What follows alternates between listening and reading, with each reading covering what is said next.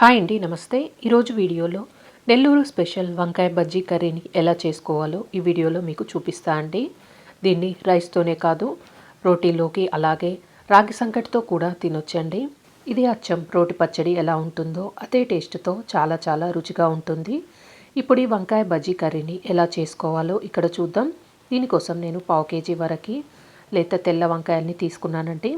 ముందుగా వీటిని శుభ్రంగా కడిగి తొడిమ తీసేసి మీడియం సైజులో ముక్కలుగా కట్ చేసుకోవాలి.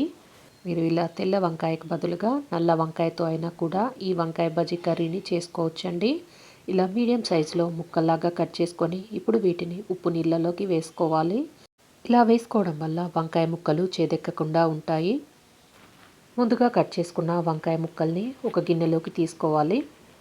దీంట్లోనే ఒక 2 పెద్ద ఉల్లిపాయల్ని ఇలా మీడియం సైజులో ముక్కలుగా కట్ చేసుకొని వేసి ఒక 2 టమాటాలను కూడా ఇలా కొంచెం పెద్ద ముక్కలుగా కట్ చేసుకొని వేసుకోవాలి. దీంట్లో ఒక 6-7 వరకు పచ్చిమిరపకాయలను తీసుకున్నాను. నేను తీసుకున్న పచ్చిమిరపకాయలు కారంగా ఉన్నాయి కాబట్టి ఒక 6 వరకు తీసుకున్నానండి.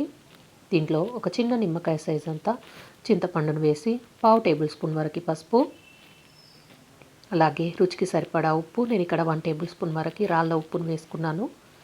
ఇందులో ఒక 1 కప్పు వరకు నీళ్ళని తీసుకోవాలి.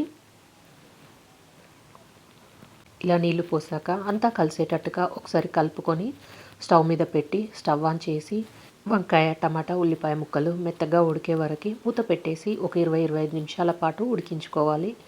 ఇక నాకు ఒక 20 నిమిషాల వరకు ఈ ముక్కలన్నీ మెత్తగా ఉడికిపోయాయి. ఇది ఇలా వేడిగా ఉన్నప్పుడే మ్యాషర్తో మెత్తగా రుద్దుకోవాలి. మీ దగ్గర మ్యాషర్ లేకుంటే పప్పు గుత్తితో అయినా కూడా మెత్తగా ఉడికించుకొని తీసుకోవచ్చు. మీరు కుక్కర్లో వేసైనా కూడా ఉడకపెట్టుకొని తీసుకోవచ్చండి. దీనికి పోపు పెట్టడానికి స్టవ్ మీద ఒక గిన్నె పెట్టి దాంట్లో 2 టేబుల్ స్పూన్ వరకు ఆయిల్ వేసి ఆయిల్ హీట్ అయిన తర్వాత 1/2 టేబుల్ స్పూన్ ఆవాలు, 1/2 టేబుల్ స్పూన్ జీలకర్ర, అలాగే 1 టేబుల్ స్పూన్ శనగపప్పు, ఒక 2 ఎండుమిరపకాయలని ఇలా తుంచి వేసుకొని దీంట్లోనే ఒక 6-7 వరకు వెల్లుల్లిని కొంచెం కచ్చపచ్చగా దంచి వేసుకోవాలి. ఉల్లిపాయని ఇలా సన్నగా పొడుగ్గా కట్ చేసుకొని విడివిడిగా చేసుకొని వేసుకోవాలి. ఇందులోనే ఒక రెమ్మ వరకు కరివేపాకు వేసి కలుపుకుంటూ ఒక 2 నిమిషాల పాటు ఇవన్నీ వేగే వరకు వేయించుకోవాలండి. ఉల్లిపాయ ముక్కలు మరి ఎక్కువగా వేగనవసరం లేదు. ఇలా లైట్గా వేగిన తర్వాత ముందుగా రుద్ది పెట్టుకున్న వంకాయ మిశ్రమం మొత్తం ఇందులోకి వేసుకొని అంతా బాగా కలిసేటట్టుగా కలుపుకోవాలి.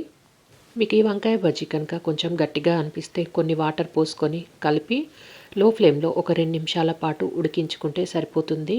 వంకాయ బజ్జీ కర్రీ అనేది ఈ కన్సిస్టెన్సీలో ఉండాలి. ఇప్పుడు దీనిపై నుండి చిన్నగా కట్ చేసుకున్న కొత్తిమీర వేసుకొని కలుపుకొని స్టవ్ ఆఫ్ చేసి దించేయాలి. ఈ వంకాయ బజ్జీ కర్రీని వేడి వేడి అన్నంలో సర్వ్ చేసుకోండి. చాలా చాలా రుచిగా ఉంటుంది.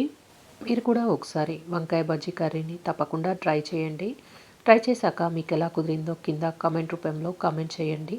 మరిన్ని మంచి మంచి వీడియోస్ కోసం మా ఛానల్ని సబ్స్క్రైబ్ చేయండి. వీడియోకి లైక్ చేయండి, షేర్ చేయండి.